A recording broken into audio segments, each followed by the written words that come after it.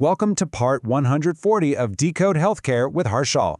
If you're enjoying this lesson, please like, share, and subscribe to this channel and share it with friends for this free course on Decode Healthcare with Harshal. Last time, in part 139, we explored international DRG systems like the GDRG and ARDRG. Today, we're bringing it back home. We are unpacking the high-stakes world where clinical documentation translates directly into hospital revenue and legal compliance. As we explore modern encoder algorithms and machine learning in healthcare, we first need to completely demystify the core blueprint of inpatient DRGs that these AI systems are built on. To do that, we're going to map the entire revenue cycle from start to finish. We'll quickly cover the anatomy of a DRG, decoding ICD-10 systems, CDI, the integrity guardians, upcoding versus undercoding risks, and finally, surviving claim denials. Let's get right into it. Section 1. The anatomy of a DRG. Okay, so what exactly is an MSDRG? It stands for Medicare Severity Diagnosis Related Group. You can think of it as a giant, incredibly complex sorting mechanism. It's a statistical system that takes any inpatient stay and classifies it into a group that's expected to have similar resource consumption. So instead of billing for every single bandage or aspirin, this system groups thousands of possible diagnoses and procedure combinations into roughly 750 distinct payment categories. It's all based entirely on clinical similarity and how resource-intensive that patient's care actually is. The architecture here relies on a very strict hierarchy, and this is exactly the logic that automated groupers and software algorithms are programmed to follow. First up, the principal diagnosis establishes the major diagnostic category, or MDC. For example, MDC 05 is for the circulatory system. From there, it splits based on whether a surgical procedure was performed in the OR. And finally, we hit the DRG triplet structure. This determines the final grouping based on severity, basically asking, does this case have a major complication or comorbidity, a standard complication, or neither? That triplet structure dictates the final payout. So how does a patient's chart actually make it through this system? Well, it's a strict life cycle. It all kicks off with the doctor's documentation in the electronic health record. Those clinical words are then ingested and translated into codes using an encoder tool.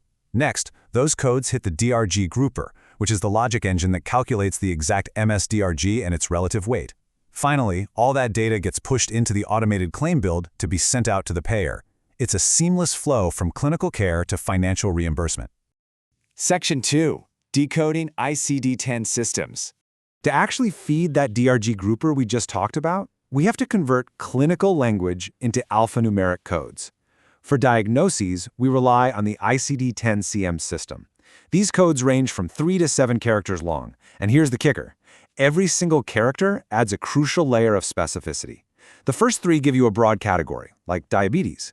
But once you start adding characters 4, 5, 6, and 7, you're pinpointing the exact etiology, the specific anatomy, and the severity or manifestation of that disease. It is a highly, highly precise language. Now, for inpatient procedures, we use a different beast, the ICD-10 PCS system. This one uses a very rigid 7-character axis. Every character has a specific meaning: section, body system, root operation, body part, approach, device, and qualifier. So a code like 021103Z isn't just a random string of numbers and letters. It precisely spells out a heart bypass on one coronary artery done via an open approach using an autologous graft. It leaves absolutely zero room for ambiguity, which is exactly why algorithms and automated systems love it. Section 3. CDI, the integrity guardians. Because our coders and our automated systems need absolutely flawless medical documentation to build those complex codes, we have to talk about clinical documentation improvement, or CDI. This is a collaborative process between clinical coders, documentation specialists, and the physicians themselves. The ultimate goal? Making sure the medical record accurately and perfectly reflects the patient's true severity of illness and risk of mortality. Think of your CDI specialists as the integrity guardians of the health system. They step in to bridge that gap between vague clinical jargon and the rigid coding logic required by the DRG system. In the real world, this CDI workflow is your safety net. Let's say a doctor just writes heart failure in the chart. Well, that's way too vague. Is it acute? Is it chronic? The CDI team will trigger a formal query. This is a non-leading question routed right to the clinician in the EHR to get that specific detail, like acute on chronic systolic congestive heart failure. Once the physician responds and updates the record, the coder can lock in the accurate code. Section 4. Upcoding versus undercoding risks. So why are we so obsessed with getting these CDI queries right? Because inaccurate coding carries massive financial and legal consequences. It's a tightrope walk. On one side, you have upcoding. This is when a claim gets pushed to a higher reimbursement level than the medical record legally supports. Make no mistake, upcoding is a massive federal fraud risk under the False Claims Act. It triggers audits, massive fines, the whole shebang. But on the flip side, we have undercoding. This is when the clinical truth supports a higher code, but it just wasn't captured. Undercoding is a silent killer. It silently drains rightful revenue and artificially tanks your case mix index, which can lead straight to financial instability. Let's look at a concrete example. A patient comes in for chest pain and is ultimately treated for an acute MI.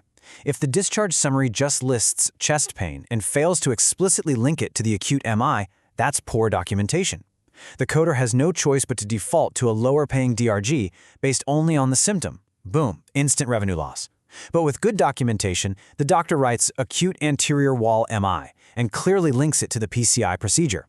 That clear narrative lets the coder assign the correct code, securing the proper payment the hospital actually earned. Section 5. Surviving Claim Denials. All right, so what happens when these documentation gaps slip through the cracks, or an automated pair algorithm flags and rejects the claim? Well, denials happen. Typically, they stem from a few core issues. We see clinical validation denials, where the objective criteria to support a diagnosis are just missing. We see medical necessity disputes, like, did this patient really need an inpatient bed or would observation have been fine? And then there's insufficient documentation, missing operative notes, missing present on admission indicators, or just lacking the clinical evidence to back up a high-paying severity code like sepsis. When those denials hit, you have to fight back to recover that revenue. The best practice here is a highly structured approach. Your denial management team has to draft factual, non-emotional appeal letters that clearly reference ICD-10 guidelines, operative reports, and rock-solid clinical evidence. It's also absolutely crucial to utilize data analytics to track where these denials are coming from and escalate them professionally.